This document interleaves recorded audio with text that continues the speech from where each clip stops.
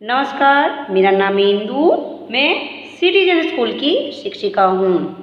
आज हम कक्षा 10 में आए हुए पाठ 7 जन्मभूमि के विषय में पढ़ेंगे। पाठ का नाम जन्मभूमि क्यों रखा गया है? जन्म मतलब जब व्यक्ति का जन्म होता है, जिस भूमि पे होता है तो भूमि, इसलिए व्यक्ति का जहाँ पर जन्म होता है तो उसको कहा जाता है उसकी जन्मभूमि। तो पाठ के लेखक हैं सुमित्रा नंदन पंत। इनका जन्म सन 1900 में और इनका निधन सन 1977 ईस्वी में हुआ है। प्रकृति के सकुमार कवि सुमित्रा नंदन पंत का जन्म उत्तराखंड के अल्मोड़ा जिले के कौसानी गांव में हुआ था। उनकी प्रारंभिक शिक्षा कौसानी और अल्मोड़ा में हुई। मैट्रिक उत्तीर्ण करके आगे की पढ़ाई के लिए पहले वाराणसी फिर प्रयाग गए। सन 1921 के गांधी जी के असहयोग आंदोलन के कारण पढ़ाई छोड़ दी।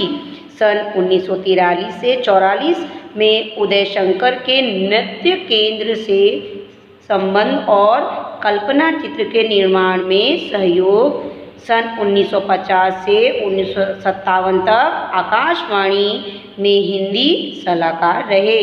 छायावाद के शलाका पुरुष, प्राकृतिक सौंदर्य के अनुपम चित्रकार, काव्य भाषा के समर्थ शिल्पी, पौड़ विचारक, कवि को इनके कला और बूढ़ा चांद पर साहित्यिक अकादमी से लोकायतन पर सोवियत भूमि नेहरू पारितोषिक समिति से और चिदम्बरा पर ज्ञानपीठ पुरस्कार मिले हैं। इनकी कविता छायावाद, मार्क्सवाद, अरविंद दर्शन, वैदिक चिंतन के सोपानों से बढ़ती हुई विश्व चेतना तक पहुँचती है।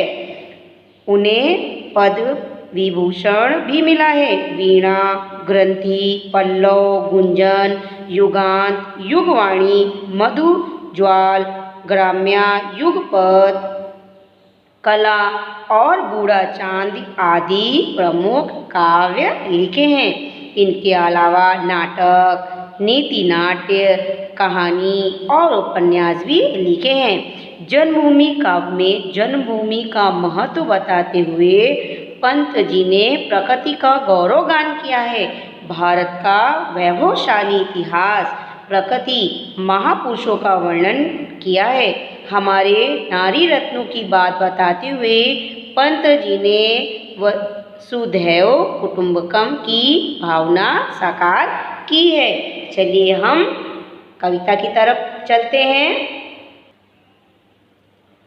चलिए आगे बढ़ते हैं। जननी जन्मभूमि प्रिय अपनी जो स्वर्गादपि चिर गरी हसी, जिसका गौरव भाल ही हिमांचल स्वर्ण धरा हस्ती चिर श्यामल, ज्योति ग्रथित गंगा यमुना जल वह जन जन के हृदय में बसी।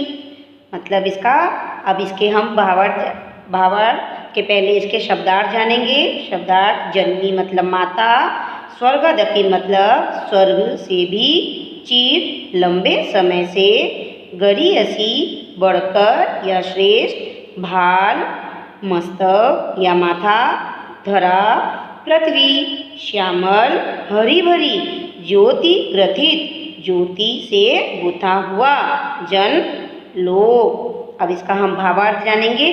जननी जन्मभूमि प्रिय अपनी, जो स्वर्गादपि चिर गयसी।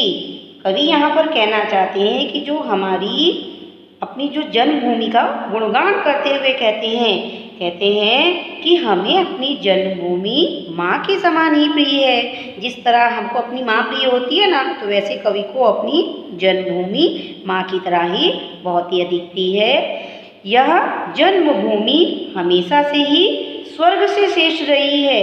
इसके मस्तक पर हिमालय सुशोभित है और इसका गौरव है इसकी स्वर्णिम धरती हमेशा से हरी भरी रही है, जो हंसती हुई प्रतीत होती है। सूर्य की किरणों से चमकता गंगा और यमुना का जल ज्योति में गुथा हुआ प्रतीत होता है। ऐसी सुंदरता जन जन के मन में बसी हुई है।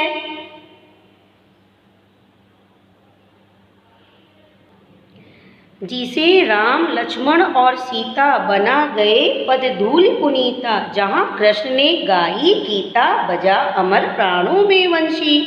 अब इसके हम शब्दार्थ जानेंगे। पद धूलि, पद धूलि मतलब होता है पैरों की धूलि, पुनीता मतलब पवित्र। अब इसका हम भावार्थ जानेंगे इसका। यहाँ पर कवि कहते हैं कि यह एक ऐसी धरती है जिसे राम लक्ष्मण और सीता बना गए पद धूलि पुनीता। कहते हैं कि यह ऐसी धरती है जिसे राम लक्ष्मण और सीता अपने चरणों से कुचली धूलि से पवित्र बना गए हैं, जहाँ कृष्ण ने गीता का उपदेश दिया और अपनी वंशी की मधुर तान सुनाकर हर एक के मन में अमर हो गए हैं। यहाँ पर आपको सभी को पता है कि हमारे भारत में ही जितने भी भगवान हुए हैं उन लोगों ने अवतार लिए, ऋषि मुनि हुए हैं, आर्य हुए हैं, सबका जन्म भारत में ही हुआ है। इसलिए भी भारत को सर्वश्रेष्ठ कहा जाता है हमारी। और यहाँ पर ही भारत ही ऐसा एक हमारा देश है जहाँ पर पवित्र नदियाँ बहती हैं। चलिए हम आगे बढ़ते हैं। सावित्री राधा सी नारी उतरी आभा देही प्यारी, शिला बनी तापस सकुमारी, जड़ता बनी चेतना सरसी। अब इसका हम शब्दार्थ जानेंगे। आभा मतलब प्रकाश, शिला चट्टान, तापस तपस्वी, जड़ता निर्जीव या संज्ञाशून्य होने की स्थिति, सरसी मतलब प्रसन्न हो गई। अब इसका हम भावार्थ जानेंगे। सावित्री राधा सी नारी उतरी आभा देही प्यारी, शिला बनी तापस सकुमारी, जड़ता बनी चेतना सरसी। इसमें बताते हैं कवि कि ये वो जन्मभूमि है जिसकी पावन धरा पर सावित्री और राधा जैसी नारियां उतरित हुई हैं, जो अपनी सुंदरता और गुणों का भंडार होने के कारण प्रसिद्ध है। यहाँ तपस्वी गौतम ऋषि की पत्नी अहल्या श्राप के कारण पत्थर बन गई थी, जो बाद में जड़ता त्याग कर मतलब पत्थर बन गई थी।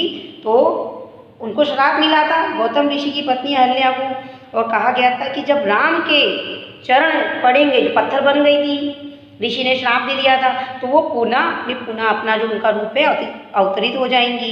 तब जब राम को 14 साल का वनवास हुआ तो राम सीता को ढूंढते ढूंढते जब जा रहे थे तो गौतम ऋषि के आश्रम पहुँचे। वहाँ पर एक पत्थर था, तो वहाँ पत्थर पर वो उनका पैर पड़ता है, वहाँ पर वो अहल्या जो थी पुनः अपने रूप में आ जाती हैं। तो राम के चरणों से अगर चरण टच नहीं होते तो वो वापस पत्थर वैसी ही बनी रहती। इसीलिए कोई भी चीज़ अगर जो घटित हो रही होती है वो पहले से ही निहित होती है। तो उन्होंने अपना जड़ता मतलब कि जो उनका पत्थर का रूप त्याग कर वो सचेतन हो गई, मतलब पुनः अपने रूप में आ गई, जिंदा हो गई, जिससे प्रसन्नता फैल गई चारों तरफ। अहल्या वापस अपने रूप में आ गई। इन विशेषताओं के कारण कवि को अपनी जन्मभूमि अति प्रिय लगती है। शांति निकेतन जहाँ तपोवन ध्यानावस्थी हो ऋषि मुनिगण, चित्त नभ में करते थे विचरण, जहाँ सत्य की किरणें बसी। शब्दार्थ जानेंगे।